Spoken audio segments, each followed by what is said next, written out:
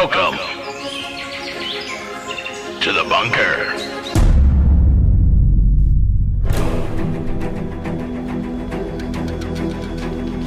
Join Nikki, Rosella, Robert, Kayla, and Cove Wednesdays at 10 p.m. Pacific Standard Time as we traverse the portals of the universe. Discover the secrets of the cryptids. Uncover the truth of conspiracy. And explore the hauntings of our world.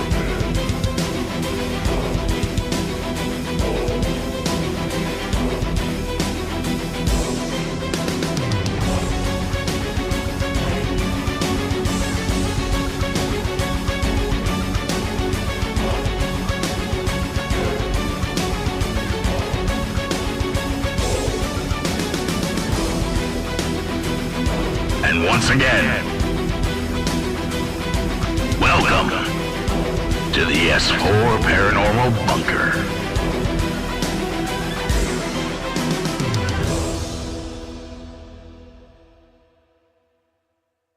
Hello and welcome back to another episode of the S4 Paranormal Bunker.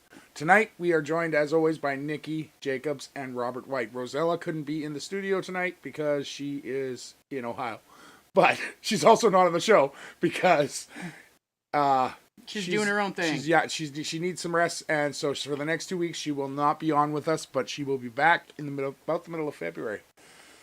Tonight we are also joined by Breanna Stephens, owner of Witch's Cove in Shelton, Washington. She's an ordained minister and high priestess. She is an eclectic, pagan, and medium who walks a natural spiritual path to help others in their journey. So welcome, Breanna. Hello, thank you. Friend, she's also our cousin, which is awesome. Friend, we're related. Yeah, we what's that all about? Friend. So guys, tonight we are going to talk about metaphysical tools and the uses, properties of tools and charms that we all use throughout our everyday lives, and also to help out with some of the different things we do for others. So but first, how's everybody doing tonight? Most excellent. Here. Here. It's been a day. Doing okay in the heat down here. Lucky you. Yeah. Friend, yeah, we're actually supposed to get snow Saturday and Sunday. Mm-hmm. Friend, yeah, now it's 2 days, Nikki. Friend. I'm okay with that because it's supposed to go into when I'm not going to be open, so I'm okay. Like, when I'm not open, I'm good. So I don't have to drive in it. We're supposed to be at an outdoor party. Yeah, during it. It's a medieval party, so I'm supposed to be in a freaking dress the whole time. And I'm like, that's going to be so cold. Layers are your friend. Right. Many layers. I think I might go to the store and just get some furs to put over so I can be like, still period, but like, there you go. Warm. Oh, yeah. That's the nice thing about skirts. You can layer under skirts, and you can usually layer, like, under your dress, so you should be okay. Right.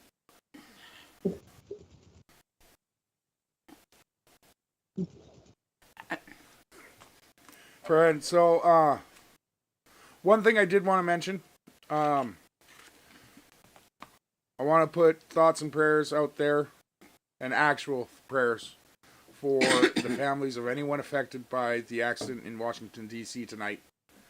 Mm-hmm. An American Airlines jet hit a Black Hawk helicopter as it was coming in from Wichita, Kansas. And so any of the families of the members on board, our thoughts go out to, and we're praying for you. And hopefully there are some people who made it. So, to you guys, yeah. Anyways, on to metaphysical tools. So, Bree, what do you guys have in your, like, what do you sell in your store? So our shop is really just like my slogan, your one-stop shop for notions, potions, and lotions. It's kind of been our slogan we've used for years.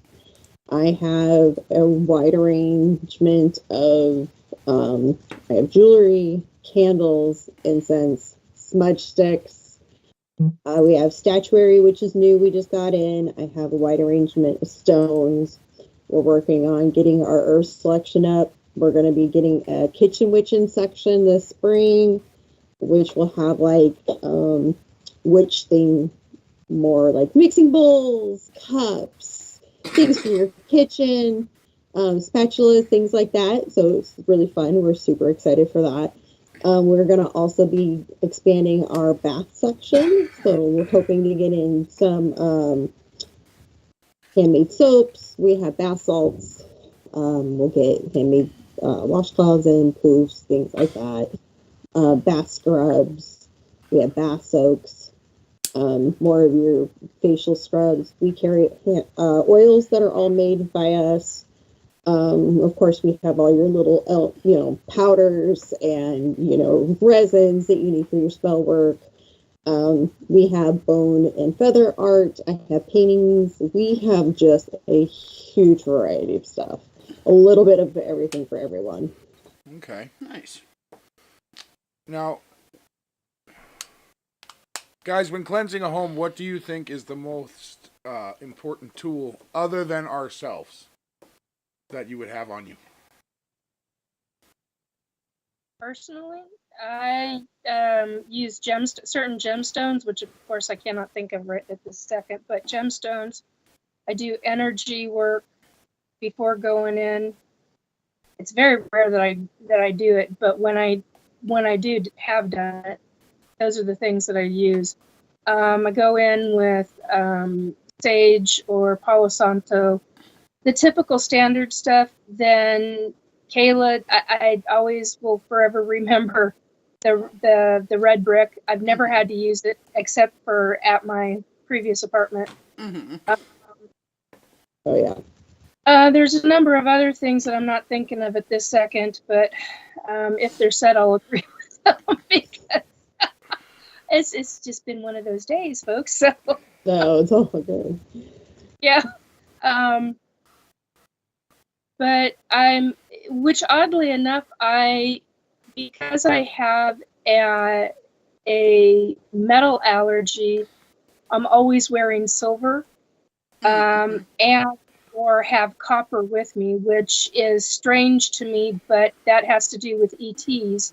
And so if you ever run across ETs, for whatever reason, copper is an issue for some ETs. So, and others, it's in their blood, so it's not a big deal to them. So it's just, just a little FYI.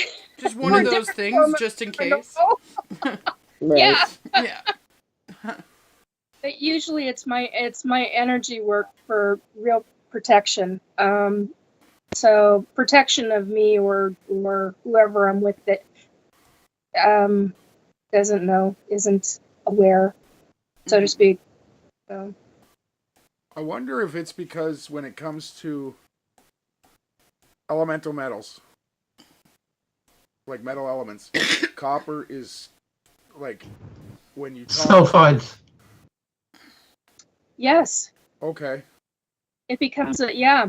Because I was also thinking, like, it's also kind of considered the lowest of the low of the metals when it comes to, like,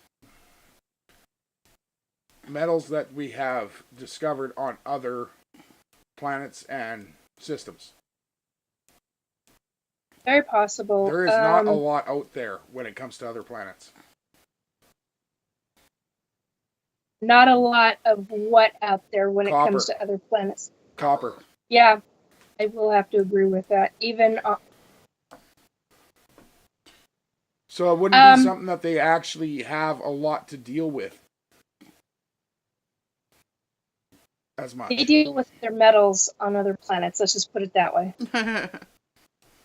What we talk about, like dildos? I don't know if Breanna knows about me, so I'm a little It's careful all with good. No, you're fine. We all, Okay. hey, you know what? We all walk our different paths, and trust me, I am a big cup of tea today, so we're all good. That's good. Well, I'm an ET abductee, and I've also Okay. dealt with the secret space program. So I Mhm. unfortunately have been Gotcha. on Mars because that's where the training was, and so they deal with metals very differently on other planets. I found out, and from what I remember, so Hmm. I remember some. I don't remember as much as everybody else. But anyway, It's, beside the point. it's something me and Nikki have in common. I'm not an ET abductee. I'm an American abductee. Kayla kidnapped me and brought me here. For, for It's true. I knew that It's was true. coming. She hasn't let me go yet. That's okay. We love you, so it's all good. There you go. See, people love me. Yeah, I guess some people love you. I mean, I love you. Oh. Oh So my. I know. So I know personally when I go and do house cleansings, which is something I do actually quite often. It's one of the things I do. I have a kit that I take with me. My kit usually consists of moon water or holy water of some type. It has black salt, sand, less salt. I have black and white candles that I have with me, incense, sage, Palo Santo, of course. I usually do a thorough walkthrough before, because I like to figure out where my hot spot, where are the danger spots, what really needs to be done. Usually before I get there, I have a little bit of an idea of what I'm going to get, because when you deal with deities or spirits or anything, you kind of get a little bit of a, hey, this is kind of what's going on, or you get a little bit of a feeling, or you get a little bit of something before I get to a location. And then when I do my walkthrough, obviously, you pick up on more of what's going on. And so my salt and water and fire and air cleansing is one of the big things that I do when I do a home. Traditionally start at the back, work your way forward, make sure your windows are open. Of course, using oil to seal everything as you go. I tell people all the time when they come in, like, how do I cleanse my home? Crack your windows, start at the back, move your way forward, make sure you seal those areas as you go because you don't want anything jumping back behind you. Chase it out the front door is what I tell people. Just chase it out the front door. Like you said, we were mentioning brick dust. I actually make a border salts and brick dust is one of the ingredients in my border salts. Border salts is used in a lot of hoodoo and voodoo as protection borders. And so that is one of the ingredients that I put in my border salts because it is a great barrier for that. I do carry it with me, but I only use it if there is something really bad or nasty at a location. Then I will use that, but that is kind of like my secret weapon. I keep tucked in the back corner. I don't use it unless I absolutely need to. Right, it's like your trump card. Boom. Yeah, I have a couple of those that I take with me. My little secret weapons that I take with me when I go and do things. It just, like I said, it really just depends on the location, what's going on. Are there children involved? Is there, Teenagers. Yeah, children, teenagers, who's being affected, who's not being affected, could there be a possible other attachments involved as well? So, a lot of it goes into play when you're doing a house cleansing, especially if you're doing one with a family involved. Mm-hmm. So. Do you also do long distance ones? I prefer to do them in person. Only because for me, I can do them long distance. I have done long distance cleansings and things like that, and I can do them. I prefer to be there in person only because I feel that when you're in person, you get a better idea of the energy. You get a better idea of really what's there, what the sense of the situation is, and as well as really getting a sense of everyone involved. If there's any extra things going on with the people involved, because if it's like, oh, whoa, okay, we need to take care of this on you too, in conjunction with this. Because, like I said, sometimes you have more going on than just what's going on with a home. So it's better to be able to take care of everything all at once. Or be like, okay, we need to do this next, or if they're not ready for that, and set up a plan. So that's why I like to do things in person over doing it long distance. It's a personal preference. No, I understand. I totally understand. Do you also do astral? I can astral, yes. Or higher consciousness work? Mm-hmm. I do. Mm-hmm. But yeah.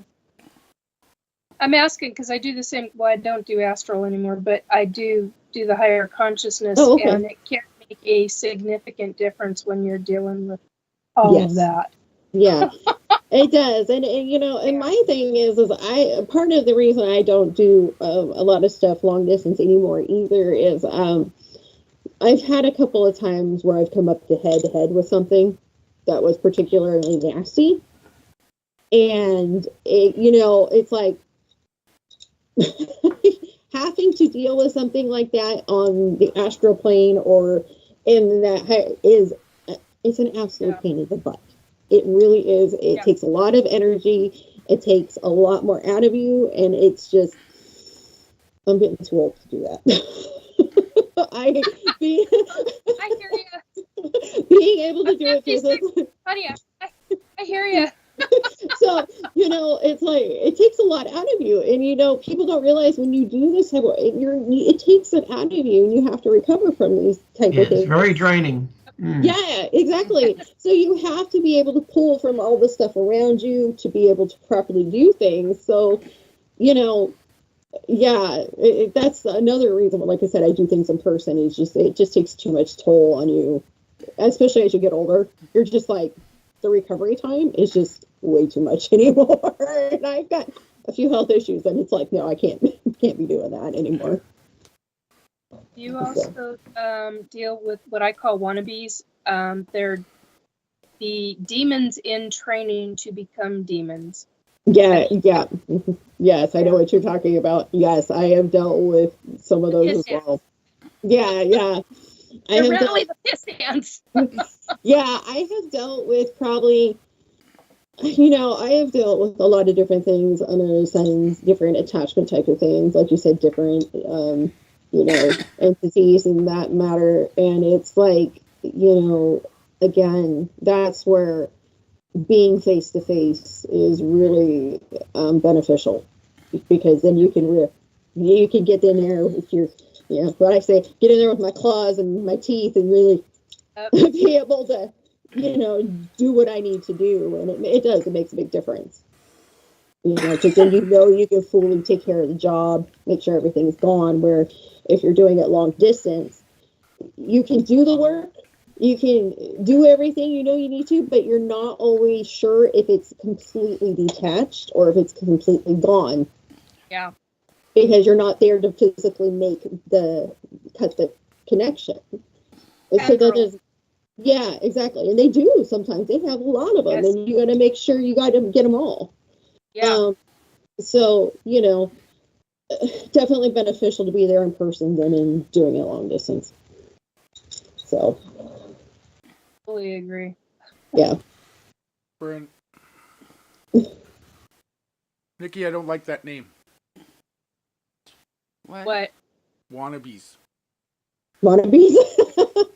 Well, that's what they are. It takes them multiple millennia to become a true demon. And from what I've experienced and found out and have had the angels tell me.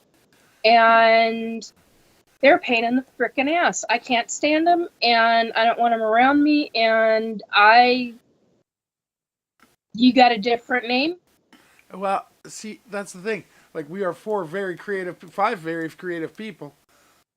Brent, There's not a really, I mean, like I call them like lower levels, and they're lower Yeah. level. there's got to be it's something we kind can of mix whatever. with wannabes, trainees, and demon shit that we can come up with something better.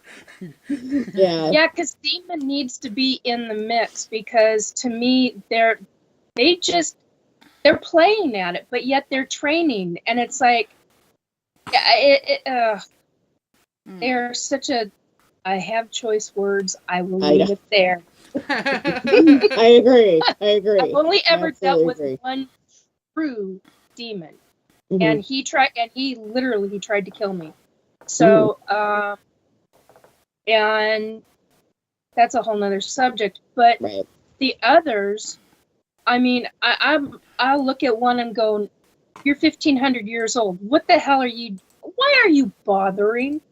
And they're like, "I like to toy. I like to play." I'm like, they say more than that. I'm just, Oh yeah. Not even paraphrasing, just shortening it down. And I'm like, "You're a piece of shit." Right.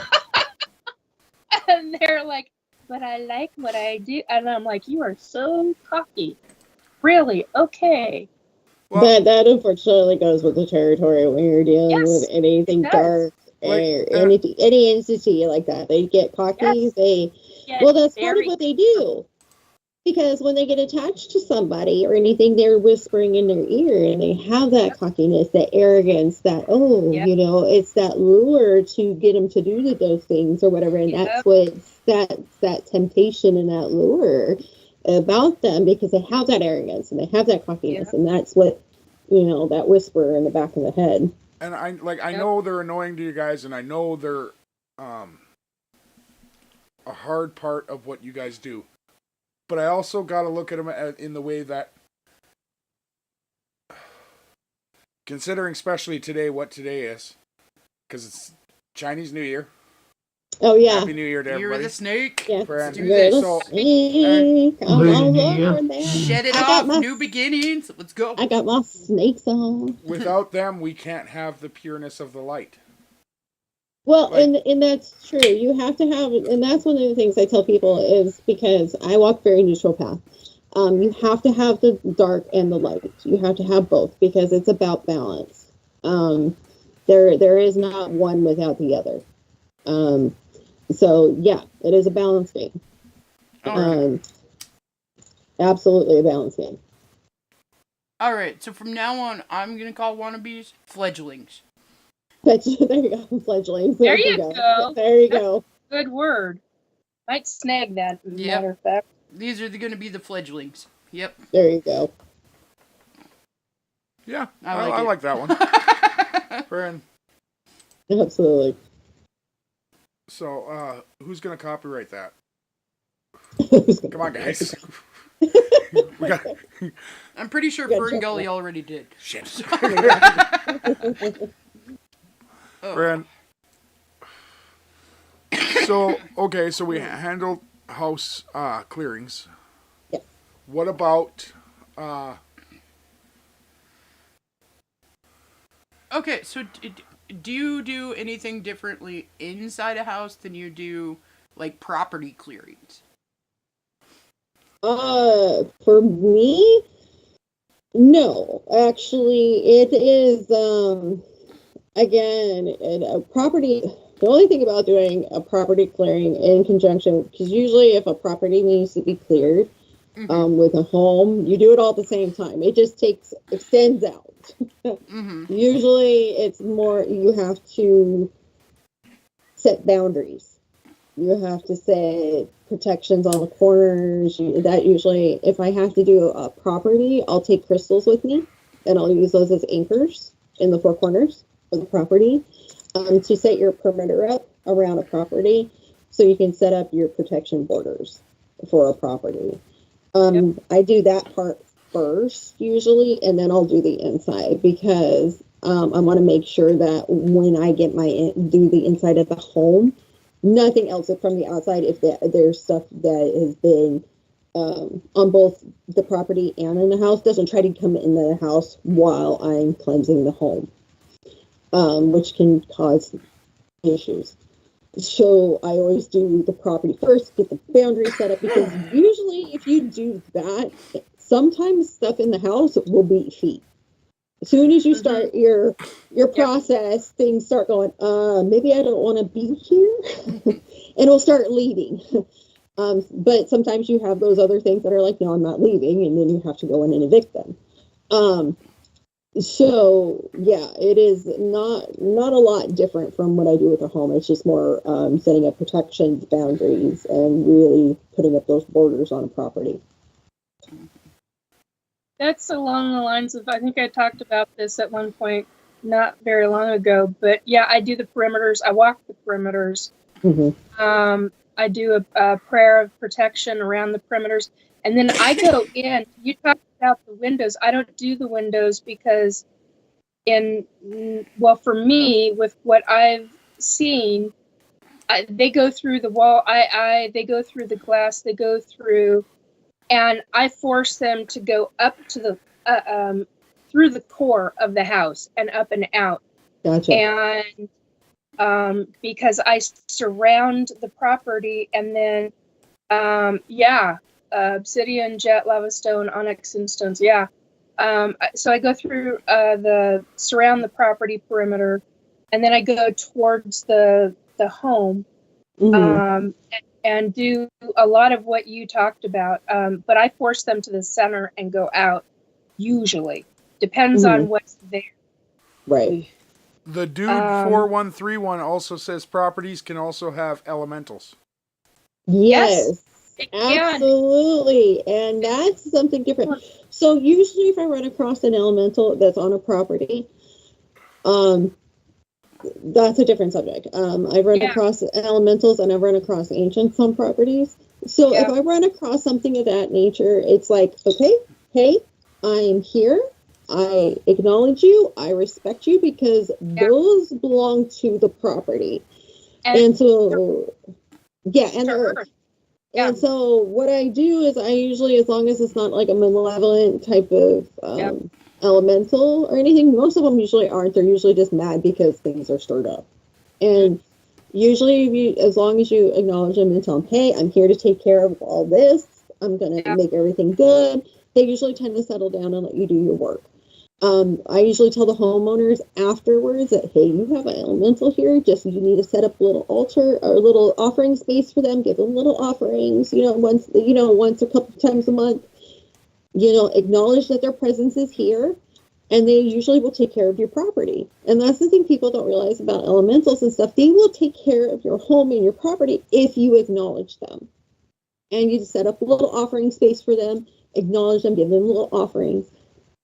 They're happy as little clams most of the time. Yeah, and usually they love the people that are they love the people that are on the property, and they will have a tendency to protect them.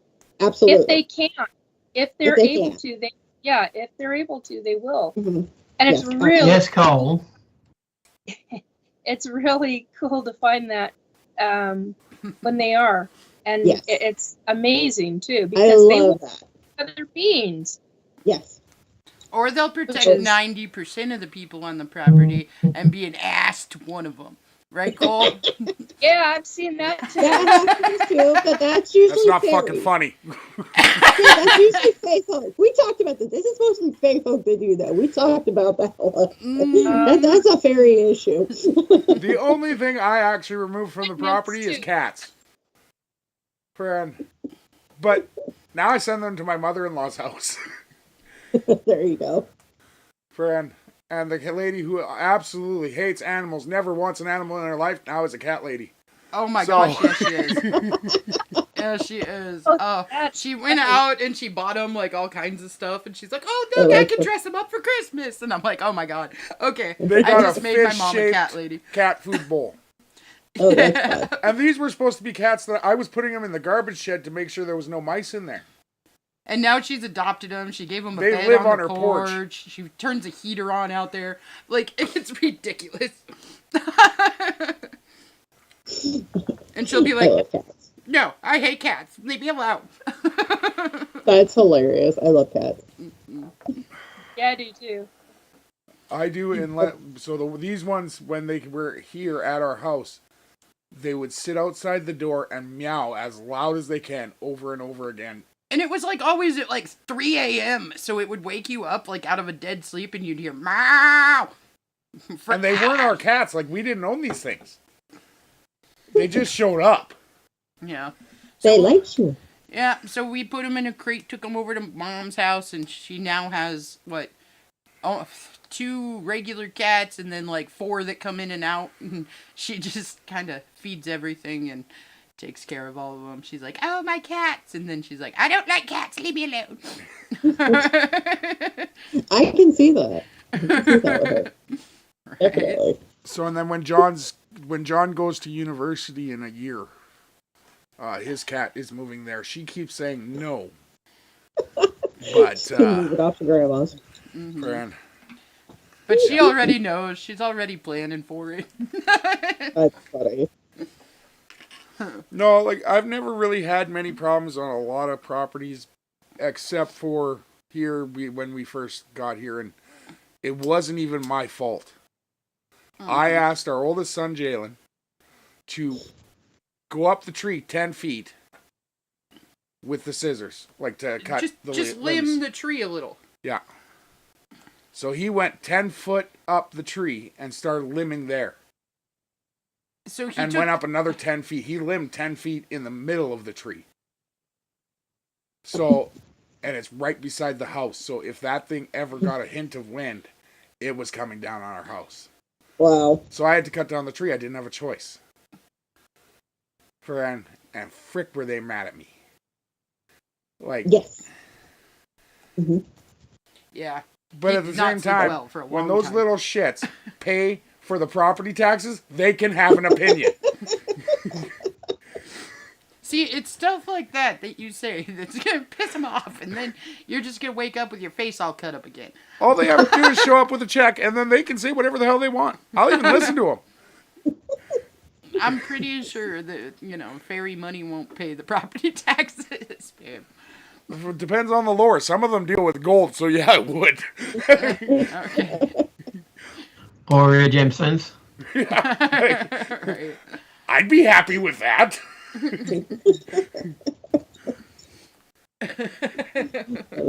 I was just thinking something that they could bring to the surface that would make you money. What's that? I just think.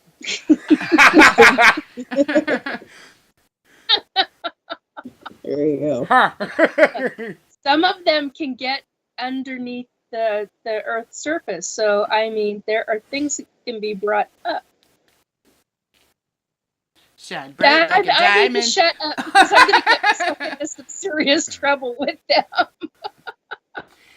That's fun. Well, I can tell you, Robert, there is no oil underneath our house. Not enough to actually have a pocket. No. Brand, but gemstones, diamonds, gold, all of that, abso-freaking-lutely. We still have guys that go panning down on the riverbank beside the house. Mm-hmm. That's wow. Brand, and it's just little, they just do it for fun, but Every once in a while, somebody will pull something really cool out of there, though, and be like, hey. yeah, they'll pull out a good little nugget, and then up in concrete was, before it was a concrete plant, it was a diamond mine. Oh, gotcha. So, yeah, up in Rockport area, especially, they still do emerald mining there.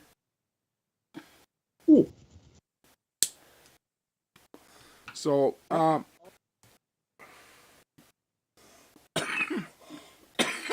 do you guys, okay. You okay? Yeah, what if you're trying to clear a person? What would you use then? Okay. That's a different ballgame. Is there any tools that you would use, though? Oh, yeah. I think wouldn't it If depend I'm on going- what's happening? Or you'd have to, assess it. If I'm going long distance, which I usually do when I'm doing clearings for a person, because I will get asked from all over the world, which as Robert knows, because there have been times where if it's something really significant, I'll have him watch my back. Even though I go in fully loaded, protected, I have somebody watch my back, because I've actually had a being that had a friend come in to try to kill me. So you always go in 2 people if you're doing long distance. Oh, yeah. And if you can, 3, but 2 is really good, because if you've got one of you working, the other one needs to eyes on a swivel. Yeah, spotter. Yeah, you have to have a spotter, because you never know if they've got buddies. And so yeah, I don't even know where to begin on that one. There are so many different things that I do energetic wise. If it's somebody in front of me, it's all energy, but I use so many different levels of things that I do not even know where to begin. The gemstones are the first things. It's not my first line of defense, but it's one of them.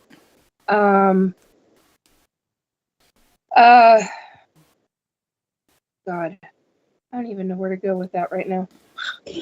For me, depending on like the person, like if I'm dealing with somebody who has some attachment, of course, I have a questionnaire that is lengthy, like that I get so much. There's a lot of information I take down because I want to know everything that I'm dealing with before I go into a situation. That's what so. I usually work into. For me, one of my biggest things that I use when I do any type of personal work on a person, as far as attachment removals or anything, is figure out which of my deities I'm taking in with me. I have a huge pantheon of deities that I work with. So I work with a lot. I say I work with the gods. Yes, I literally work with the gods, and that is a literal thing. So I figure out who I'm going to take with me, because that is going to be my strongest ally when I'm doing this. Because like you said, a lot of this is energy. You have to get in there. You have to, it's a lot of energy work. You're having to project. Even if you have somebody in front of you, you still have to, because you have to get in there, get a hold of whatever it is, remove it. I do tend to use a quartz or smoky quartz when I do this, because that's usually a stone that I can use to trap whatever is attached to a person. I use that as a containment vessel for it. And I usually use that I will have somebody that I'm working on usually laying down. And that will lay right here on their chest, on their heart chakra. And I put that bad boy right up in that sucker. Yeah, it's like a ripcord. When you get to that point and you can get them all unattached, it's like a ripcord right up in through that heart chakra, right up into that stone. You know, Nikki knows all about ripcords.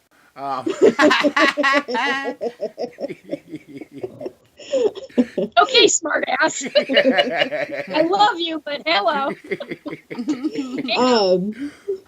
So, you know, so of course, you know, it's lots of, you know, smoke, incense, sage, you know, because I use a lot of that, especially when I'm doing to kind of read the energy in the room, the energy around me. You read the smoke, watch what it's doing, watch where it's going. You can kind of tell where things are going. And so that is a big one for me. Of course, candles, you know, black, white are my 2 go-tos when I'm doing that. You know, and of course, holy water. You can't go wrong. I can give a person a pretty good dousing. You need to tell afterwards. By the time it's done, depending on what you're dealing with. Yeah, true. Very true. But yeah, it's the, you know, a lot of it, like you said, is energy on that level, just working, getting everything untangled and getting it, pulling it to you getting it in a space where you can get a hold of it and then pulling it out. I mean, that's the biggest part, is just getting your hands on that thing so you can get it out of there. Yeah, I fully agree. The one thing I completely forgot. I call them hierarchies. You call them gods. I call them, or deities. I call them hierarchies. They're all the same thing. Right. And so, yeah, I go.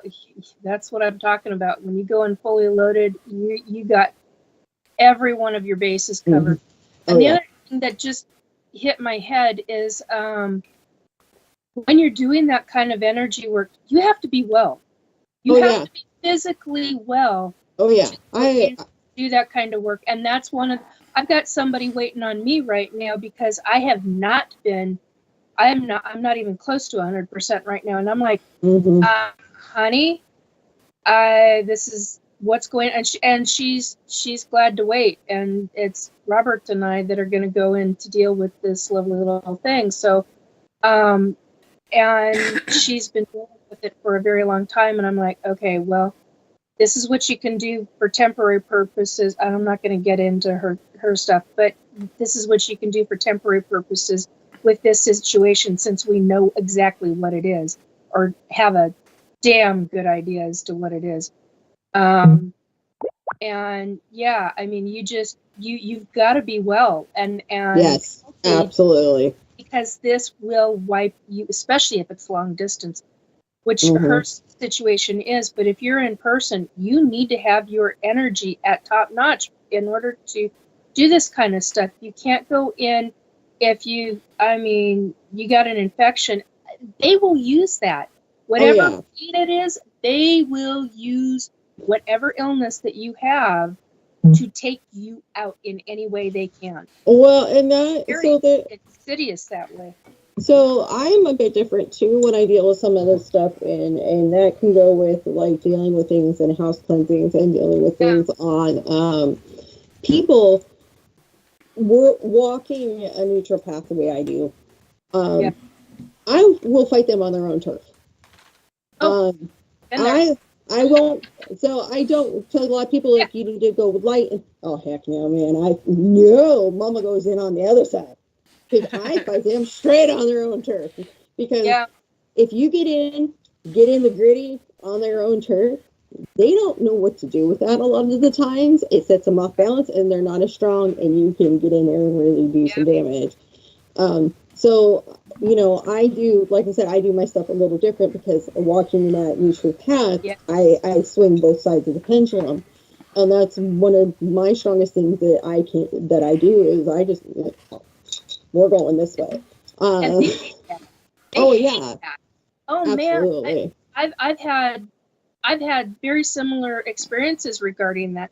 They absolutely, I mean, not only does it catch them off guard, it takes, while they're trying to figure out how to deal with you, you have an advantage to go in and that's your time. It's funny because a lot of the deities that I deal with and I work with would be considered death deities and a lot of recent effects. So when I take deities with me, it's like, we're all just Trump's on over there anyway, so it's fine. But one of the strongest things that I work with is I work with Allow. I do practice. And so that is, I will admit, that is my go-to. When I have to deal with something extremely nasty, that's who I walk in with. I go to my ancestral magic, because, it goes, I know what I'm going in, go to what work, and we're going in fully hammered, and we're going to take care of this, fully loaded. We're going to get it done. I know what worked the best for me. Everybody's different, but for me, that's like, we're going to go to the go-to and go. There's no playing around. There's no, nothing. It's just, we're going to get right down to brass tacks and go after it, because I don't play around, and I don't think that, especially when you're dealing with a person or Yeah. a child or something like that, you have to just get in there and deal with it. You're dealing with somebody's soul. Yeah. I mean, this is life and death. In the grand scheme of things, and that's what people don't realize, is this truly can be a life and death thing. It Absolutely. doesn't have to be, but It can be. It can be. And if you're dealing with a soul, it also means you're dealing with their soul cord, you're dealing with their chakra systems, you're dealing with all aspects of that person. And that's what a lot of people do not grasp the concept of. I'm very glad you were talking about that, because it's a big freaking deal. Yeah, because then that's the other thing that people don't realize is like, once you're done and you have this attachment removed, you have to have everything reset. Exactly. And they have to be physically, you got to be drinking water. There's electrolyte issues. Absolutely. There's all different kinds of metabolic issues. You have to cleanse your system. Yes. Not only us, but the person. Because what they've just gone through. And they have to cleanse everything out that was there. Yes. Mm-hmm. Yeah. See, and this, this is why I can't do the work you guys do. Because I'm gonna go in there full, like, half cocked. Fran, I don't care. Fran, I'm going in there. Anything I find, Fran, I'm gonna try. Cole, you'd be the type that would go in there with the metaphysical slingshot and hitting them with the gemstones. Yeah. And then I'm gonna shove the slingshot up their ass. Okay, so Brie, I've got a question for you. Do you deal with when you remove? Excuse me. And there's a reason why I'm asking this, because if I get permission a specific way from the hierarchies, because there's some of these things you can do and some of these things you can't. From my experience, anyway, I get into trouble if I do certain things.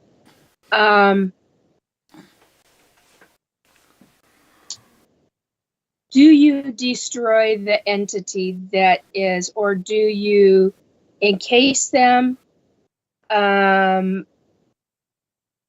you have them leave? You talked about having them leave. Right, I understand what you're saying. So usually they're taken care of after destroyed. I return them back to the earth, and they're disposed of.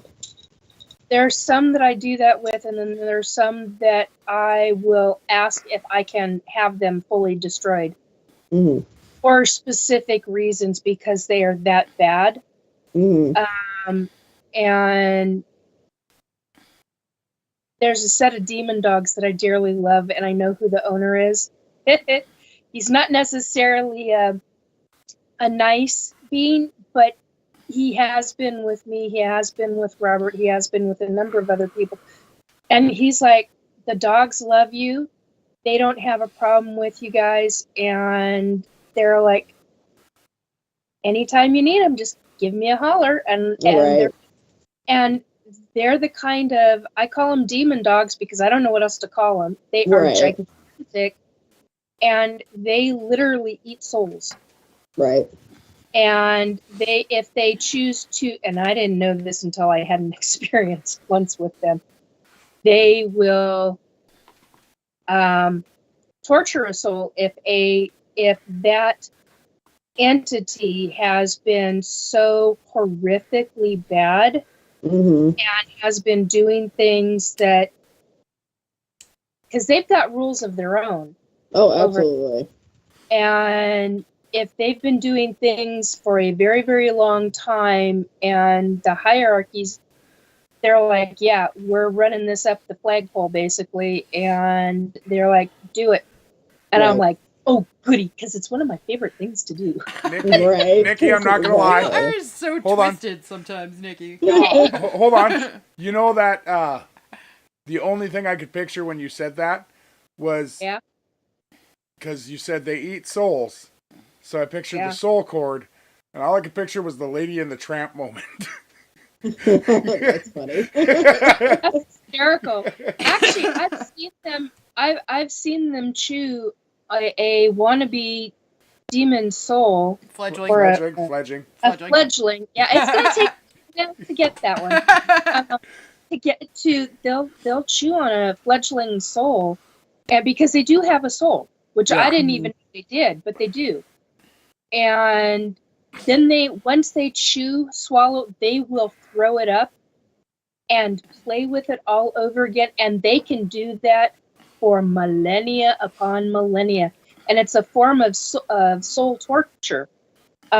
So and now people are going to go, oh my God, that's just horrible. Well, when you're dealing with something that horrific that is doing that kind of negativity, whether it's to human beings, whether it's to other beings, they get a reputation on the other side within their own community. And others have had enough of them. Sources had enough of that BS. And the ones that are their higher ups on that level, they're pissed. They're like, do it. And when you get the higher ups on the evil side going, hey, do it. We're done. We're absolutely done. And the dogs are like, yes, I get another chew toy. Right. And sometimes they'll share the chew. They will share the chew toy, and they will split it up amongst them. So it's really fascinating to me what I have learned. So that's why I was asking if you had experience with that kind of stuff, or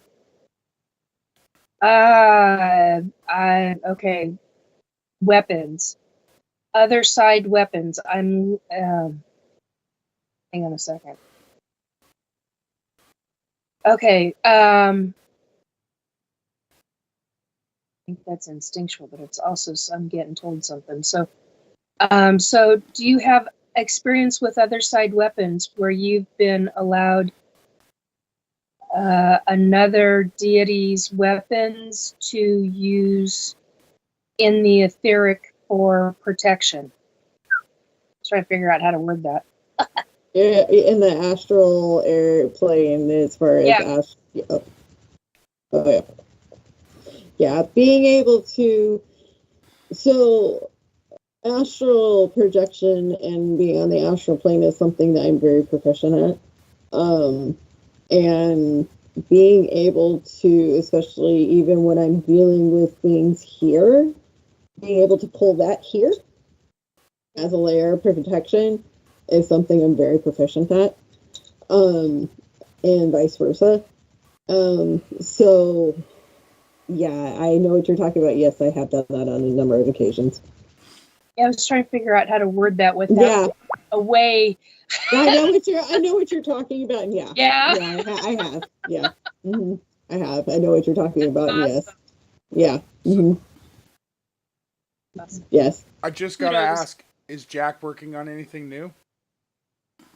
Jack? When it comes to weapons.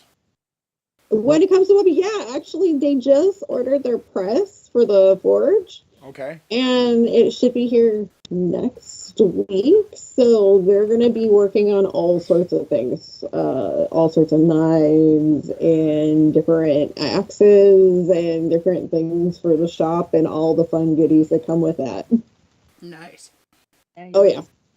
Because, I'm just saying, when you're dealing with an attachment, maybe the person might not make it, but the attachment won't either.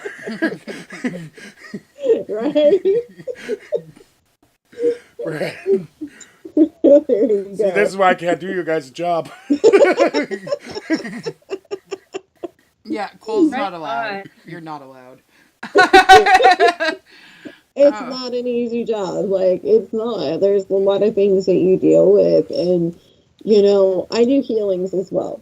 So going with, in the same vein as we're talking with things. So another thing that, natural topic to move into is healing.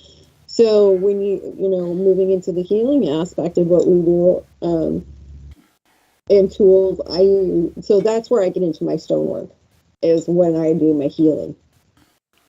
And that's a natural thing, like after you do all things, the healing. So I do a combination of chakra, energy, and stones together, because when you do the chakras, you have to do everything, and clean the aura, clean the energy field, get everything going in the right direction again, make sure everybody's clean. You can't just do one without doing everything. You have to kind of reset the whole system. I have some pretty beefy stones that I use for, I have a set of stones that I use for my chakras and everything. People look at my stones and they're like, what are we doing with that? I'm like, just lay down, you're fine. You'll be fine. It's just gonna lay there, you're great. Hold this one, hold that one, you're fine. It is actually in here. One of the ones that I use is this one. Actually, it's beautiful. We call it my dark crystal stone. It's actually from India. Cool. Nice. Yeah, this is one of my pretties, my beauties that I love. This precious. pretty much. She's beautiful. I love her. She is one of my favorite pieces that I use. That's beautiful. Yeah. I love her. So that's one of my healing stones that I use when I'm doing my chakra work. And all my stones are, like I said, pretty beefy, so they're about that size that I use. Which makes sense. Yeah. I pump both. That makes perfect sense. Yeah. I pump a lot of energy, so I have to use more tools that match that energy. So yeah, that is one of those tools. And I also have scarves that I use. They're my healing scarves, and they actually be getting blessed on my Bridget altar, because Imbolc's coming up, and they get re-blessed every year. And I use those on my bed. I have one that I put over the eyes and the face on the head, and then I have one that I lay across the body, and that is part of my healing energy, is bringing all that healing energy in from Bridget, because part of her duality is the healing aspect that she brings of her healing, from the healing wheel, all of that. So I bring in that energy into my healing as well. So I have these dedicated scarves that are just for this work. So after I'm done, I put them back on the altar, get them all reset, and they get put away. And then when I get them again, they come out. And so those are specifically dedicated to her that I use for my healing as well. So that is a specific tool that I do use. Nice. Yeah. Kudos. That's awesome. Yeah. I have, like I said, I have a plethora of deities in my house. I can relate to that. A lot. Yeah. So, yeah. I found that, as I, been doing this for so many years, that having dedicated tools, some dedicated things that are dedicated to specific deities. Like I have some shears that are dedicated to Frigg that when I do certain work, I use for that. If it involves like the tapestry and weaving and things of that nature. I have certain athames that are dedicated to deities. I have,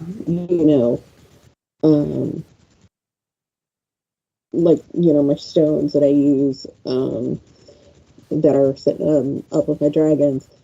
I work with both the light fae and the dark fae. So I have some things that are dedicated to them that I use. So yeah, I find that having some specific dedicated pieces is definitely very beneficial when you're doing certain types of work. Do you also use things like cotton, because different fabrics have different energies. If that makes sense. Yeah, it does. It does make sense. I know what you're talking about. So my one of my healing scarves is actually linen, a really super soft linen, and one of them is muslin. So it's a super fine weave muslin, soft muslin. So yeah, I wanted something that, especially for healing purposes, I wanted something that would be soft to the touch, something that would be comforting when you put it on, and the colors as well. So I use blue in my healing colors, blue and white, and so my main healing cloth has actually got blue and white in it, with hearts on the bottom part of it, but it's blue and white. And then the one that I use for over the third eye and the crown chakra is actually purple with gold. So, for that area. Can you explain to folks why you use the color purple? So I use the color purple for many different reasons. So for me particularly, purple is the color of spirit. It's the color of deity, color of the goddess. It's that royal color. It's a wonderful color to use for healing, especially for the third eye. It's great, and for your crown chakra, it's a wonderful healing color. Some people will say different colors. For me, I have found that they are great colors for these areas because these areas in particular deal with spirit. They deal with deity. These are where your connections to those energies are a lot of the time. And so having colors that focus on those particular things are important when you're doing healing work. I found that they work so well in this case. And the weight of the fabric too, which is really, like you were saying, the weight of the fabric too makes the difference too, because I put people to sleep all the time on my bed. It's like they're there, and not even 5 minutes later, man, they're out. By the time I'm done, they've had a nice nap by the time I'm done. So I do that with voice work. Yeah. So, and I don't even realize I'm doing it, but yeah, that's. They've had a nice nap, and when I get done, they're like, "Oh, are you done?" I'm like, "I'm done, sweetheart." And I'm like, "Oh," and it's like, "Yeah, you had a good nap. It's fine." Yeah, you've done your job. They're good. So you've done a good job. When they're relaxed and comfortable, and they've gone into that nice. Yeah. And I tell I get them in a nice meditative breathing, have them take those nice 3 deep breaths, relax into the bed, and you're gone. Okay. Because it's easier to work when they're in that meditative, relaxed state. And so, having the colors on your bed, having the colors on them, everything just plays an important part every time you're doing healing. And when they're like that, their frequency in their own body shifts. Yes. Which makes it so much easier. Yes. Yeah. Oh yeah. And you can tell right away when it shifts. It's like they can be like super tense when they're on the bed, and as soon as they get in that relaxed state, it's just like you're like, yep. Okay, we're good. We can start. And I've had people get on my bed and you have to take a few minutes to kind of rock them into that, get them into that, space where you're just like, come on, you ain't there yet. It's like, okay, Bree, you're new, so I'm gonna leave that one alone. But yeah, I've kind of been nailed on one. So I've got another question for you. Do you also do acupuncture to open up the meridians? So I actually was at one point going to go to school for acupuncture. It's one of the things I've wanted to do. I don't do it because I don't know acupuncture. I would love to. I do know reflexology and pressure points. I am really great with that.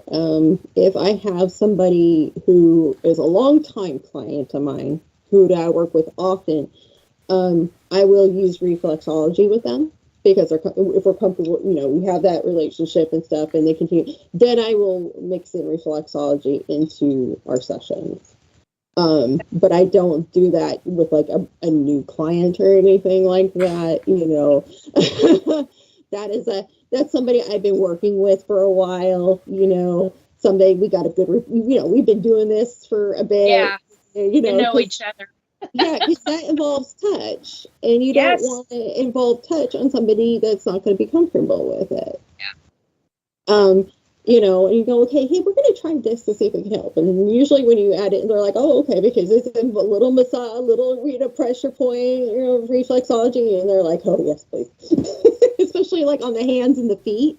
That's where I do most of my reflexology is on the hands and the feet, and people are like, you can do that all day. It's fine. I find that that's a great mix into everything as well, if you can add those little things in there too. That's awesome. Yeah. Okay, off the subject. Do you remember your past lifetimes? Some of them or many of them? I'm asking for a reason. Yeah, no worries, no worries. I do remember quite a few of them, yes. Okay, do you remember being in Atlantis?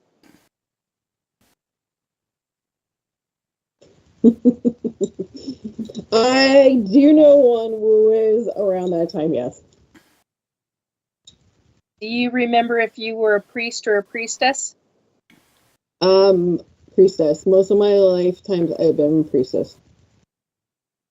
That's what I got on you, was Atlantis, that you and I knew each other, and that you were a priestess. Yeah, I've followed pretty much the same path in most of my lifetime. So yeah, it's a pretty consistent wave that I've ridden through my lives. So. And it was all because you talked about smoky quartz. Gotcha. Okay. I'm like, wow, okay. I love smoky quartz. It's like one of my most favorite things to work with is smoky quartz crystal. I love it. It's so great for so many different things, and it's so versatile. There's a reason for that, because in Atlantis, smoky quartz was one of the biggest, I call it hoo-haws, because I don't know what else. I mean, it was a huge deal amongst the priests, and a huge deal in what we used in security, because I was head of security for Atlantis, and that's going to be laughable to some people. Why didn't you? Because we were hit. Right. There was an explosion and we were hit. Right. We didn't have any time to react. So, but yeah, that's interesting. Yeah, the reason why I know. Gotcha. Wow. All of a sudden I started seeing flashbacks, and I was like, okay, I can't tell if that's a priest or a priestess, but that's the ball game that I got. And I'm like, because some of the priests and priestesses look from the back, they looked almost exactly the same. Right. So, and that's what I was seeing. That's true in a lot of cultures too. That's weird though. Oh, God, yeah. That just reminded me, because I have been trying to figure out for probably 3 months, because Hunter is designing his graduation ring. And my parents didn't buy me one from Jostens like everyone else here gets one. They bought me one from an actual jewelry store, and I couldn't remember what the stone in it was. It was smoky quartz. Thank you, guys. Oh, gotcha. Oh, yeah. There you go. Friend. So now I can go get it recreated, because I lost it years ago. Oh, there you go. So, friend. Hey, glad to help. Yeah. That's I just got told that was a meant to be, because you're supposed to find one that has more. I just heard the word value. I don't know if I don't think that's monetary value. I think it's energy wise, based on how it was said. So can you tell them that I'm not really good at finding things, so if they could just leave it outside my front door? Right. He just did, dude. Right, there you go. Quote unquote, it'll come to you. Like, that's usually how they work. when the puzzle says 2 to 4 years, it actually takes me about 5 or 6. Right?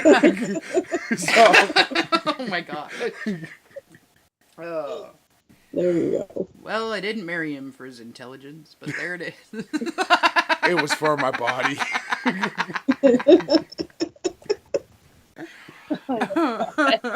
Oh, there you go. Oh, that's funny. Friend. So, okay. Do you guys ever use sigils? Yes. And like, Yes. I don't talk about mine for security reasons, but yeah, yes, I do. get that. I'll talk about mine. I have no problems. So I use sigils. So I use a combination of things. I use the Ogdholm, and I'm probably just killed that. I always do. My mom totally tongue lashes me every time I say it. So the Celtic alphabet. Yeah. She does. She tongue lashes me every time I say that. So I use the Celtic alphabet. I use a combination of those and sigils. Of course, runic, the Norse. Can you tell? Because on my shoulder. I also use angelic sigils in some of my work. And then I also have sigils that are ones that I have created that are specific to me and to Witch's Cove as well. Okay. So yeah, I've gotten, when you get as far into your practice as I have, you kind of get to a point where you have to create your own to fit your purposes. Yep. So I do use those on. Talk about mine. Mine are like, yeah, whatever. Yeah. I'm a TI. I'm a targeted individual. So if I talk about mine, it gives them an advantage. So I can't talk about it. That's why. I'm like, you know what? Yeah, I know. I'm usually like bring it up. But, I'm like, that's usually my attitude with them. But I'm like, there's some things that I've been learning. That's one of them. I wish I could. Oh, I know. I'm like.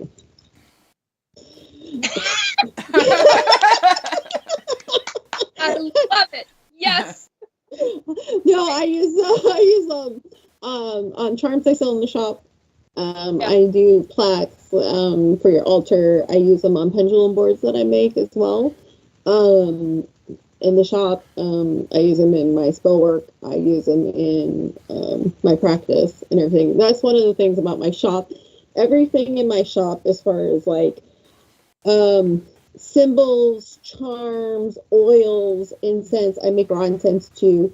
Candles, spells like that. I don't sell anything in my shop that I don't personally use in my own practice or have used in my own practice. So that is one of the things that's very important to me, but I know what it is, and I know it's not going to have blowback, or I know I can tell somebody, hey, don't do, you need to be careful if you're doing this or that, because this is what's going to happen. Make sure people are educated in what they do, especially when it comes to sigils, since we're talking about that, because those can be a tricky wicket. I see a lot of people online, especially like on Pinterest and things like that, where they put, I'm sure you've seen all these sigils up and what they mean and all those different things. And the one thing that I see all the time, which I just makes me go, is the Solomon seals. Oh, yeah. Yes. Thank you. You probably shouldn't be using those unless you know what you're doing. Yeah, that's a big deal. I mean, okay, so if for folks who don't know, you using those, you're going to get your ass in a twist, to say the least. Unless you know what you're doing, like, yeah. Oh man, like there's some things that, yeah, okay, they're great. Like, you have angelic symbols and sigils that are okay. Yeah, your runic symbols, your binary. Okay, those are fine. Celtic, but there are some things. Yeah, you don't toy with those. Your average person should not have access to. Should not be using. Solomon seals are one of those. Well, and it also makes me question, what are they using it It's for? for. Because I've come across necromancers, and I'm not talking Yeah. the ones that are toying. I'm talking Yeah. true necromancers that are doing things that, and You. jeez. Sick bastards. So speaking of that, I've had a few people come in my shop and ask me for some certain things and everything, and I look at them, and I do my own diving into things if they ask me to make something, because I want to make sure I know what it is. And I was like, what are you using that for? Like, what are we doing there? And you can tell when somebody's lying. Like, I could make that and everything. Well, we have, okay, I'm going to break this can of worms. Here we go. Personally, I'm not a Crowley fan. Okay? I'm not. Never have been. Okay, yes, he did great wonders for our community, getting it where it is. All that. I'm not a Crowley fan, okay? I personally get that. And we have a lot of people in the Pagan community, unfortunately, that worship the ground Crowley walks on. Oh, I forgot about that. And they think that everything that Crowley created, oils and things like that, are the end-all, be-all of everything. And I have no problems with people having their practices. I have no problems. There's no right way or wrong way to do what you do. Okay, that's the beauty of what we do. Yeah. However, it's not the only way. And you get people who get stuck in this mind frame, like when they oh, I can only use this oil, I can only use this oil, I can only use this, and it's like, that is basically what I have sitting right there, and that is probably better than that. I can guarantee you what that is. Yeah. And it's like, because they're stuck on this one person's ideals of what things are, and because they made it, this is their recipe, or whatever, they get stuck on these things, and it's like, awesome. There are alternatives, and people need to understand and realize that. And it's all in how you use it too. I mean, I get it. I'm not in the community, but I've done enough reading, and over the years, I've done enough reading, enough understanding to where I get it. And I've known a number of folks who are practicing, and I'm like, you do you, because that's what works for you. Yeah, absolutely. And it's not all set in stone, and it's that way in a lot of what people practice, whether it's a religion or whether it's a formal religion, excuse me, I should say that, or whether it's something else. And when you get so stuck in your ways, you can do yourself an injustice or a disservice to what it is that you're practicing or doing. And I've come across it in a lot of different fields, and it's just amazes. You know what's funny? Amazing to me. Me and my mom actually had this conversation about a week ago. I told her I was feeling stuffed up, and she asked me, do you have any essential oils? And I said, yeah, I have 10W30. And she said, I don't think that's going to work. I said, bullshit, we can try this. And guess what? Funny. If you burn 10W30 at the right temperature, it does work. It will clear your nostrils. How about... And what else does it do to you? Nothing. Okay. Vicks. I'm going to tell you. Okay, so I'm going to tell you an old mountain woman's Hold on one secret. second. Robert, Windex won't work. I'm not Greek. I was just waiting for that. God, I love those movies. Yeah, you're not alone. I do too. My youngest's middle name is Tula. Oh, awesome. Because for that, so yeah. Awesome. Don't kill me because of that, but whatever. No, I'm gonna tell you an old mountain woman's secret, right? So the old Appalachian, get Vicks. It's one of the easiest things you can do if you're stuffy, feeling gross. Put it on your feet and put socks on. Yep. And wear that to bed. Yep. It will make you feel better. It's great. A little under here. Yeah, That's all you do. You don't. Yep. Just a little dab. We do it on the nose, and then we use onions on our feet. No. The Vicks, because it's the methanol in the Vicks. It's an old mountain woman thing I came across. God, I don't remember, years when my kids were little. I came across it. I've been doing it ever since.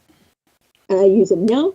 It's been the best thing I ever came across. I don't even remember where I came across it. It was something, when you go through things and you come across an old naturopath remedy as well. Well, Yeah. I mean, I've had naturopaths talk about similar types of things with essential oils, and it works.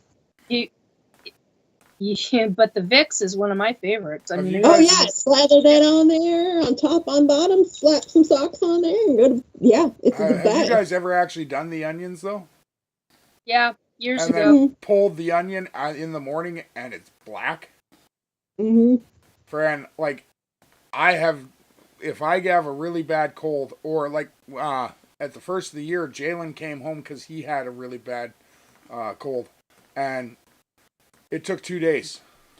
Yep. And he didn't even keep the onions in that long because he was really weirded out about the way they felt on his feet. But I asked him, was there any difference in the onion? He said, well, they were kind of really gross and brown. I said, yeah, like if you would have kept them in all night, they probably would have turned black.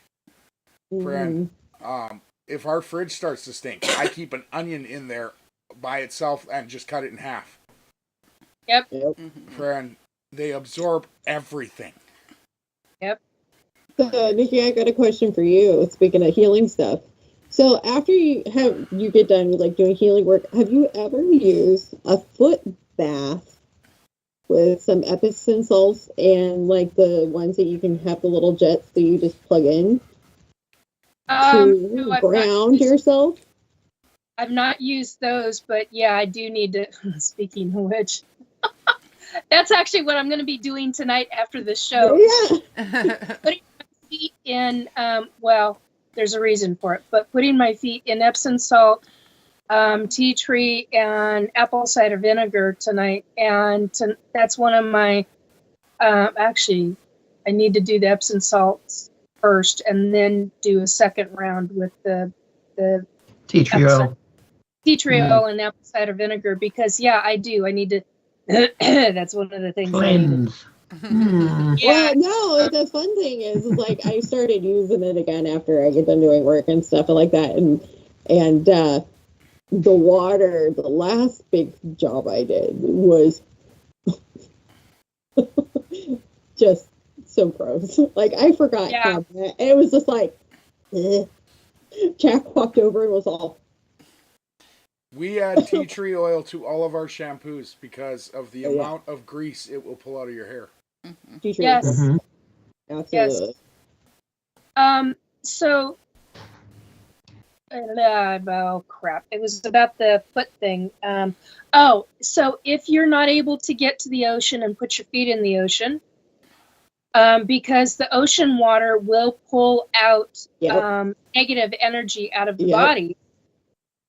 One of the other options to do at home is to put your feet in Epsom salt water because you want, basically it's like salinating the water or what is the word? Salinate? I know what you mean.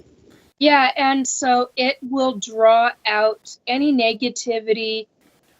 You can actually clear yourself with it. Mm-hmm. You can ground yourself with it. The other one is to take dirt from your, like during the wintertime. I actually know somebody in Massachusetts that does this. She lives in an apartment building and she goes and gets dirt from somewhere she blesses it, and then during the winter time, when she needs to ground, and she goes, "Oh, just get a great big cat litter box, Nikki." And I'm like, "Oh my God, that's an idea.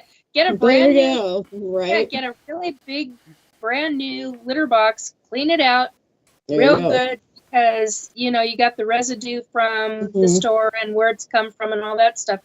And then you put the soil in it, and you stand on the soil, and you can ground yourself with earth. And she talked about using, there's something that I can't remember what it is. She talked about renewing the energy in that soil so that it continuously has life. And I can't remember what it is that she uses. But yeah, I mean, she's like, "You're telling me, Nikki, you got to go and ground and center." I'm like, "I do ground and center." "No, they need you to." And I'm like, and that was before I got to the ocean. And I think like a month or 2 months later, I got to the ocean and I went, I don't care how cold it is. It's like 45 degrees. I got my feet in the soil or in the ocean. Even if it's that much, I got my in the water, and I've got a towel over the shoulder, and I'm all bundled up, and my feet, I'm like, I don't care how cold that is. That's like ice, but I need my ocean water, man. One thing I will say is, you guys also got to remember a little bit, you grew up in an ocean area. Yeah. For me, it doesn't work as well as an actual freshwater lake does. True. You can do it from a river, too. Yeah. I found that out living in Mount Vernon. I used to live, I don't know, not very far. I mean, not very far. We're talking feet from the dike. And on the other side of the dike was the Skagit River. And Mom and I used to drive down to a specific area a ways that had a sandbar underneath a train trestle. And you go down there, and you'd have these pools that were flowing water, ebbing and flowing in and out of that water. And I was able to do, I didn't know that that's what I was doing at the time, because I was in elementary and junior high and high school, and I wasn't before I started into energy work. And that's what I was doing. I had to be near that water. I had to have my feet in the water, no matter what temperature. Even if we had snow on the ground, I was like, I got to touch the water. I don't know why. I got to touch. And so I couldn't do my feet at the time because, snow on the ground, a little on the nippy side.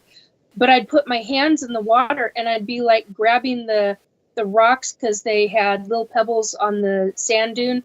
So I'd be grabbing the rocks out of the water and picking them up, holding them, rubbing them through my hands, and rubbing my hands back through the water. And when I lived right next to the dike, oh, good God, Robert. Well, there are. There's crocodiles in the water here. Yeah, but they're just going to nibble on your toes. It's okay. That definitely draw something out. Oh, God, yeah, it would. But I used to go down and climb the dike, and then go across it, and then climb down next to the water. And that it was a really wicked undertow and pull, because the water is very fast. Right. And so I'd go down and stand on a log that was a very specific, it was like embedded in the dike because of what had gone on the previous year. And I'd go down, stand on it, and I'd if I wasn't fishing, I was down there during the wintertime, as long as it wasn't icy, and grabbing the water, because I had to have that water energy. Right. And I understand that now, but when I was a kid, no comprehension of what I was doing, other than I knew this is what I had to do. Right. Now I get it. See, and I've been to a lot of the lakes, rivers, and the actual ocean here in Washington. I have never felt as grounded as I do at Lac des Isles in Goodsoil, Saskatchewan, right on our reservation land. Oh, that actually makes sense. I was just going to ask if it was reservation land, because the lake isn't on reservation land, but the actual lake has so much to do with my childhood. Yeah. And my mom's childhood too. Like, yeah. I've got beaches like that here in the Seattle area that that's where my childhood was on those beaches, and my feet in the sand and playing in the Puget Sound, and it's like that's where my heart is. I mean, Right. ocean water, Puget Sound, and forestry. That's Yeah. And certain rivers. Yeah, and now Well- Cole can tell you, like, if I'm having a really bad week, or if I'm having, like, just a particular day where I'm, like, kind of off the walls crazy for a minute, the thing that calms me down the most is to sit next to a creek or a river for a while and just, like, dangle my feet in there and be like, okay, now I'm, like, centered. I can, like, focus on what I actually need to be doing now. Mhm. Well, and you guys would love Lac des Isles, I think. Like, this is the best lake in the world. It's beautiful, sandy, pink sand beaches. And then the water is crystal calm 90% of the time. Right. And then the lake is actually, it's the size of Skagit County. There you go. So, Holy crap! but one half That's a of big it, lake. one half of it is owned by the CAF, the Canadian Air Force. So they do bombing tests on the one side of the lake, and they're duds, but that's where they drop. Well, gotcha. And so every morning at 5 a.m., if you're out there and you already have a line in the water, they will drop bombs on the other side of the lake. All the northern pike in the lake rush to the side we're on, and they immediately bite a hook. There you go. That's one way to fish. Yeah, like, we God, I went miss fishing one time with my dad, and we were out on a boat for once. Because normally we just shore fish from there or go out in a canoe, but we actually went out with in a boat with him, and right as the sun came up, one of the northern pikes actually jumped into the boat from the bombings. Wow. It was so cool, and these things are anywhere from 6 pounds to 30. Yeah, they're not small. Yeah. I was just gonna say those are those are bigger than the trout I used to catch by Mhm. far. Friend, Absolutely. 15-pound trout, but very rare. I'm actually trying, because you got, like, Kayla is the seafood manager at Hagen's now. I'm trying to see if she can get northern pike here. There you go. Because I may have a fish allergy, but I'll die for a piece of northern pike. I don't care. Wow. And a drill up the wazoo. Yeah, fuck it. There you go. Friend. That's how I am with certain things. Oh, mercy. Okay, so, Yeah. like, is there any other tools that you guys would use in just an everyday clearing? There is Like, I no know such that. thing as a day clearing. Yeah. However, Like, I don't know how to put that. Do you know what I mean? yeah, I know what you mean. Anything else? Yeah, but it's not something that the average person would be using. It's something that the hierarchies give me. There are certain tools and what I call weapons that I've been handed from the hierarchies. I mean, we touched on it, but yet. Mm-hmm. So those are things, and usually I'll have, like Bree was talking about, you go in fully loaded with your deities, whoever that is. For me, it's a lot of angels or a lot of different hierarchy beings, and they'll pass you weapons if you need them. They'll pass you tools and sometimes you'll get a knife. Sometimes you'll get something. Oh God. I literally heard the word strainer, and that's not what I had pictured in my head when I saw it. And there's different tools and devices that they will pass over to us. even if we've got somebody standing right in front of us or they're sitting in a chair, and you typically want to have them sitting and comfortable in a chair because you don't know if they're going to pass out from what you're doing, because you're very carefully removing for example, something that what I call tentacles, has tentacles on it. And you've got to go in and very carefully, and they've got tendrils with each tentacle. So you've got to be very careful in how you're removing it. And once in a while you'll hear, no, use this will get all of it. And it's like, and I'm like, holy crap, it really did. And they're not telling you how to use it because you instinctively, intuitively, energetically know. It is, it's like the second you have it in your hand. It downloads information into your head. Yeah, once you have it in your physical hand, but it's also your etheric hand, you instantaneously know how to use it.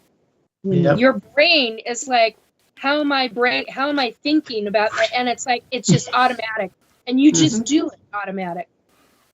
So there are things like that. And a lot of people don't, they don't make the correlation. One of the, oh no, that's right.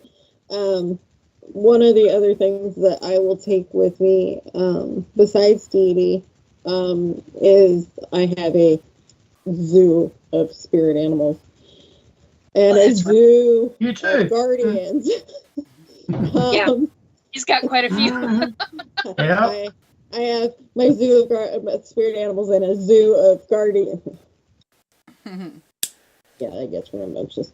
I will take what is needed for a particular, if I need a specific, backup or whatever, I will take them with me as well, because they are very key in doing a job if you work with spirit animals or guardians a lot, which is one of the things I do.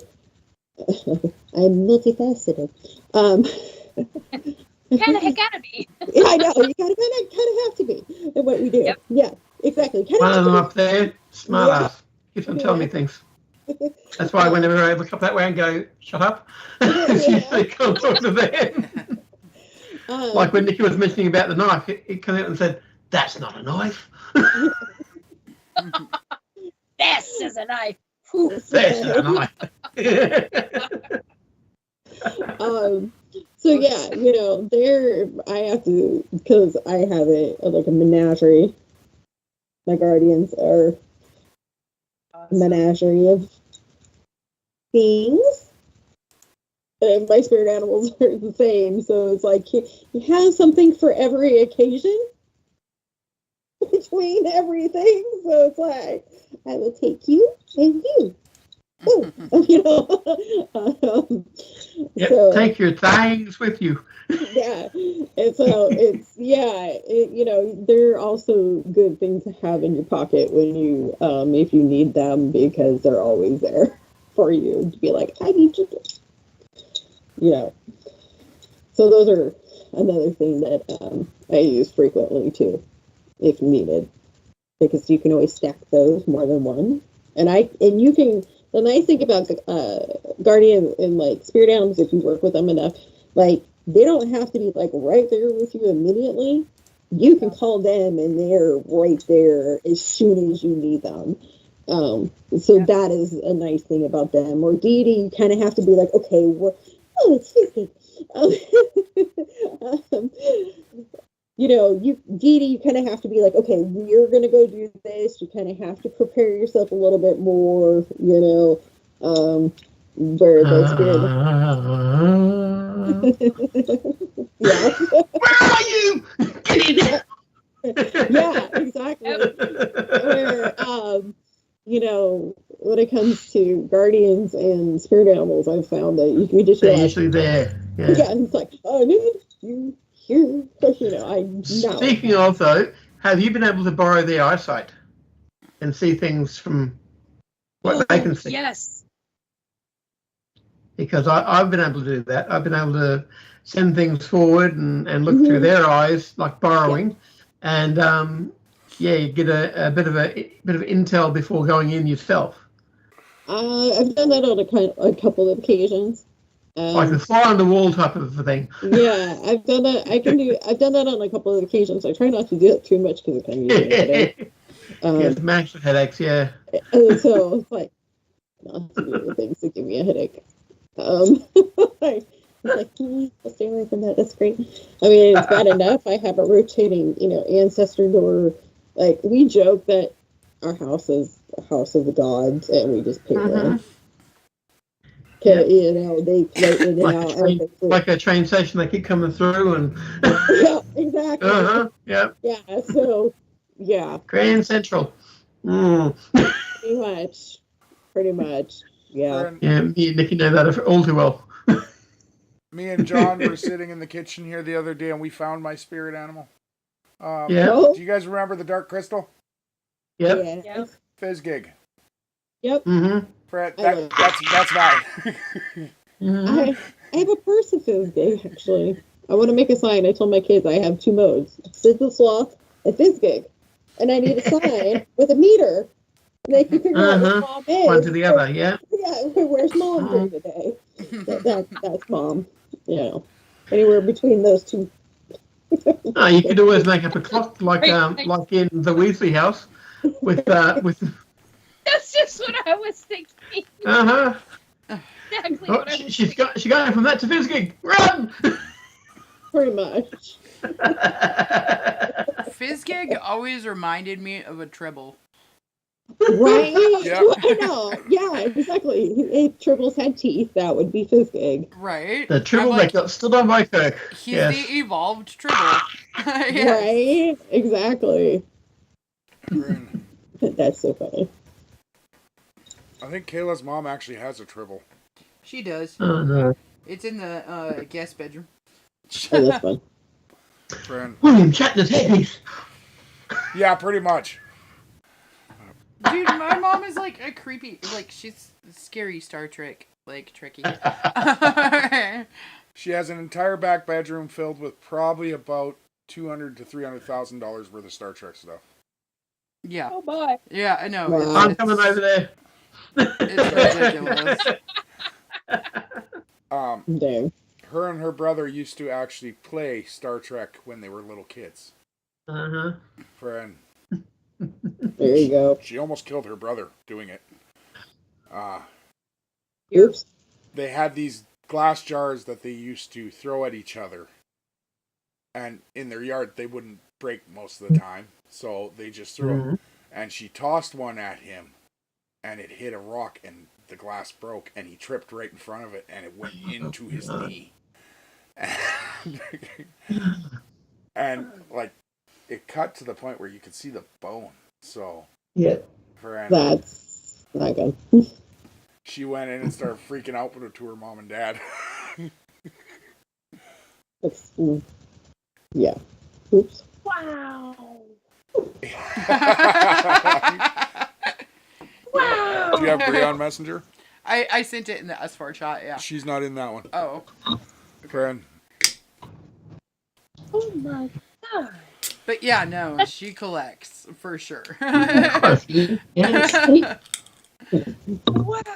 There's even like a handmade bat lift in there. So. Oh wow, that's cool. There, Bree. I just sent it to you. Oh, okay. Friend. Wow. Yeah. Yeah. What do you say? But wow. Oh, for almost more than what I had. Friend. Wow. I don't know if those pictures included. No, it doesn't. They didn't. They were just to the one side of the room. Tiana, her daughter, like Kayla's sister, actually made her a charcoal art piece of Spock and Kirk. Yeah, that's cool. And it's absolutely gorgeous and hangs on the wall. But Nice. a lot of these items we bought for her, and then she picks up different stuff like for her birthday and. That would be my house with deities. So That's, yeah. Still in the wrapping because they cost more? My house looks like a gypsy's yard sale throughout it. That's my house. The other place I was living in would have looked like that too, because I had all the stones that I worked on up on shelves and uncut ones I was working on, and Well, we have multiple altars in our house. The one behind me is actually the big family altar, which is our working altar. These are actually I probably can show you. Yeah. Yep. There you go. So you can see the top. So it's literally floor to ceiling, and then I have multiple other ones. Most other because not everybody gets along. Yeah. You cannot put them on their own shelf. That's why everybody has their own shelves. So I have other shelves in my living room and stuff that have certain deities on them and everything. The individual ones, yep. Yeah, because not everybody gets along. So like an offender. Yeah. So they all have to have their own space because I've had statues yeeted off the altar because that doesn't belong here. You walk in and you're like, oh, I guess you didn't go there, did you? Oh, I'm sorry. Okay, we'll find a new space for you. Or, you walk by. Place for you. Yeah, or something, they don't like something, and it's like a cat, Yeah. I'm like, oh, okay. Sorry, my bad. I'll just get that off there and put it somewhere else. My bad. Yeah, I deal with that on a daily basis around here, and it's like, I'm like, no. Start messing with my electricity. Yeah, like it's funny. It's like they'll do that with my living room lamp. If we're talking about something or something comes on, or we make something like you can tell it's like here's the lamp. It's like starts going off. Can we not mess with that? Changing subject. Yep. It's like, can we not do that? Yeah, it's like you keep messing with it, you're going to create a short in the actual electricity because you're dealing with a specific kind of energy, and they can act. So I use, you probably can see, I use LED candles on my altars because I have them going 24/7, right? Speaking of tools, this is one of my tools. Because I use them, like I said, they're going 24/7. Yeah. And my battery bill is outrageous, but it's fine. Yeah, I'm sure. It's fine. It's worth it. It is worth it because I mean, it's nice to be able to have them going all the time, and then with the amount of energy and stuff I have, and then doing, and especially if you're doing like spells or anything. And you can set a candle, do your candle burning to get it set, but then you can leave an LED with it and let it just continue to do its thing, for how long you need it. It's great. They're great options to, regular candles. I'm actually got a set of black ones I'm going to be getting because all the ones I have are white, but they actually make black ones too. So I'm going to be getting a set of black ones here soon. So that's a good question. Is there any difference between using a regular candle versus an LED? Yeah, being a modern witch. Espresso cream. Nice. I wouldn't drink that. being a modern witch in I honestly don't really see a difference in using them. Just because, you're not having to burn a candle 24/7, which none of us wants to burn our house down. Exactly. So modern witches, we use modern tools, right? This is one of those modern tools that I have found is absolutely fabulous. Effective. It's effective. I have a ton of them in my house, though, which is, it's fine. But, and my deities get a little cranky when their batteries go dead and they start throwing fits through the house. But oh, that's got to be fun. Yeah. That one, I have an altar to La Muerte up there, all the skulls. Her favorite trick is to make you speak Spanish. I don't speak Spanish. When her candle goes dead. That's her favorite part to do. And I'm like, no, we don't do that. Thank you. Can we not? Mm-mm. Yeah. Switch your language switch. Yeah. I know. I figured that out one day when I started. I'm like, oh, no, we ain't doing this. Yeah, it's... But no, I think, like I said, I think they work just fine. Like you can get them in like tea light size, the little tea lights. You can get it in different sizes and big. Mm-hmm. Like I have some really big ones that are like, this big around that are like, this tall. So I've got some pretty good sized ones back there too. So they come in all different sizes. Now listen here. I just actually found a set that I want on Temu. There you go. It's, as most people know, I'm a nerd at heart.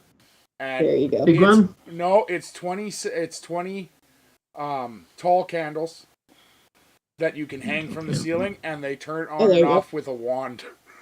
That. Yeah. The Harry Potter type, yep. Yeah. That's cool. See, I need shelves that hover. That would be great. But you have to point them directly at it, so you have to wave the wand around the room in order to get them to all light. There you go. That would be fun. The other modern thing that I use, I would have to say, is my crock pot. Mm-hmm. I use it for, like, if I'm doing certain oils, I'll use it sometimes, or if I have a spell that needs to simmer for a while, I have a spell and I'll let it sit and do its thing and just make sure it's not right. You can put it on low. Crockpot is a wonderful modern day cauldron where you can just kind of plug it in, leave it to do its thing, make sure it doesn't burn or whatever. I do use that. I know quite a few people who use those. They work really good when you're making waters too. Like some oils, you're melting waxes for like salves and stuff. You can use them too. So they're like really awesome tools. Yeah, I need to go back to Goodwill and find an old one because so far I've noticed that all the new ones we buy, they don't work the same anymore. No, they don't. Do you use ginger? For whatever reason, I got the word ginger, and I do not know why. I'm having sleep issues because I didn't have very much sleep this afternoon. No, you're fine. No, I actually use a lemon ginger tea almost daily. One, it helps my stomach. I have some stomach issues left over for some health stuff. I also use that as my cleansing tea. So after I do work and things like that, or spell work or anything like that, before and after, that is my go-to cleansing tea. So I go to lemon ginger tea like it's going out of stuff. It's great for the purity of it. It purifies blood too. Yeah, it helps the blood quite a bit. Yeah, I also use it in cooking a lot too because I do a lot of Mediterranean style cooking, so I use it in a lot of cooking. I eat a lot of raw ginger. Yeah, I love ginger. Ginger is great. So yeah, I love it. It's one of my favorites. Absolutely. I don't know why, but that's what I was like, okay, I'm saying it. As weird as it sounds. No, the one up here prefers Marianne.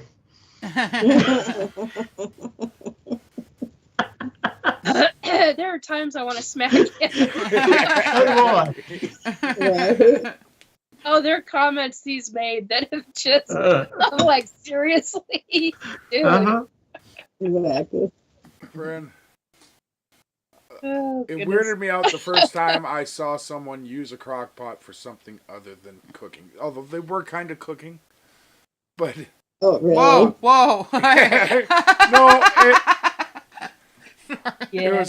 It was the first time I saw someone put marijuana in a crock pot. And I'm like, what the hell are you doing? I'm making weed pills. Yeah, and that's what they were doing. They were making weed pills to travel with. Oh, okay. To make oil. Okay, well, there you go. All right, so... Rick Simpson oil? No, they'll just cook it down with coconut. Coconut oil. And then you can make like the CBD oils to be able to put into Mm. pills. Yeah. Got it. And like Robert was. Sorry, that was a new one on me. Right. Like what Robert wrote down. Like it's something you don't want to mix up with the one you cook your roast in. No, I had specific ones that were, specific for like when I do my spell work and everything. Like they are totally different design. Like these are you can tell these are mom's. These are what I use for this. These are the cooking ones. These are not. Yeah, my cooking ones are all one color. Usually, my ones that I use for spelling are multiple colors. The classic but modern witch joke would be, "This roast tastes like I have newt." Well, it's like when I do my incense and different things. I have mortar and pestles, so I have a huge select. So I have a couple on top of my microwave that are for regular kitchen herbs and stuff. I have a bigger one, a smaller one for kitchen herbs, and then I have so we're talking big one. I have a big clay one, and I have a big marble one. So one of them is for my herbs and resins, and the other is for my dry, roots and resins. The other's for the dry herbs, because you don't want to mix the two, obviously. No, you don't. And one's easier to clean those out of than the other is. And so I have my big one, so when I get done, those go back on the shelf, and then they're separate from my ones I use for my kitchen. So it's like, I'm like, hey, give me the mortar and pestle. My kids just look at me like, and I'm like, that one. I'm like, yeah, I'll tell you if I need Big Bertha. She's over there. I need that one, because they are big, You call it Big Bertha? Yeah, I do. I got Big Bertha. There's a reason. I'll tell you off air. There's a reason why that I was just like, hello. That's a term for a very specific thing in my family. So I'll tell you. Gotcha. It's not a bad thing. It's just that it was. I just haven't heard the term in a very long time. Gotcha. Very long time, which means I now know what I'm supposed to be talking about.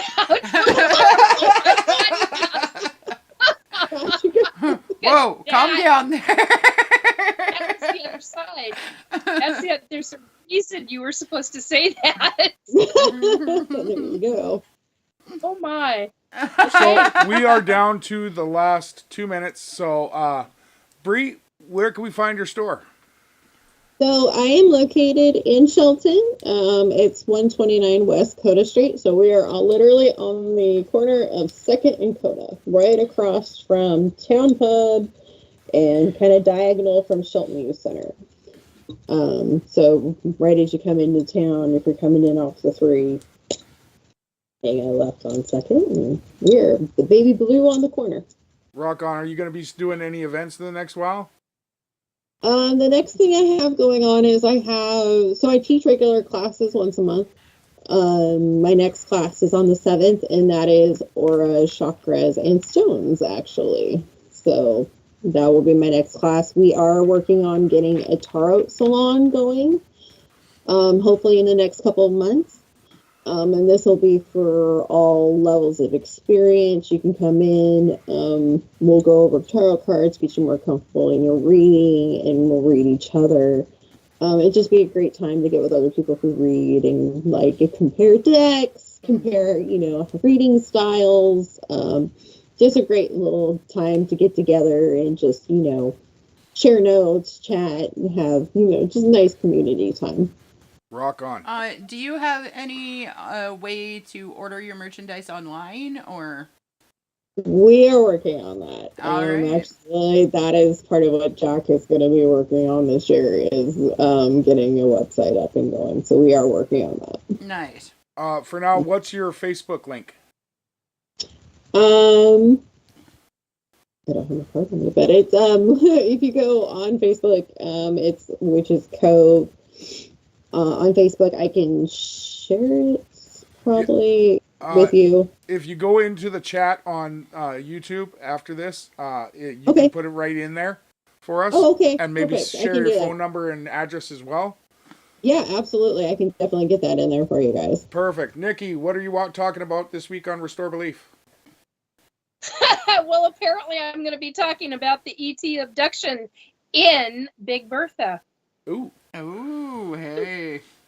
Okay. Robert, when is that show still coming up? Yeah, they've finally got their kids back to school, and they'll be able to start up about the 5th of February, I believe. So, yeah, after that point in time, I'll post when the shows are on my Facebook page and let everyone know that way. Rock on. All right. All right, everyone. Thank you for joining us. This was an awesome episode. Bree, thank you so much for being with us tonight. Fran, next week, I have no idea what we're talking about yet. Kayla thinks we need to do another cryptid show. So, we'll probably attack that somehow. Well, not attack him. That's mean. But we'll get him. So, with that, thank you for joining us. Join us every Wednesday at 10 p.m. Pacific Standard Time. And everybody say goodbye. Bye. Bye. And it's good night from him. Are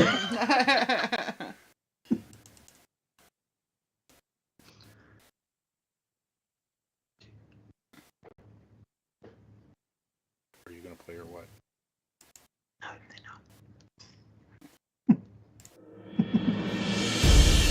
Data transfer complete. System malfunction. Please evacuate immediately. Program terminated.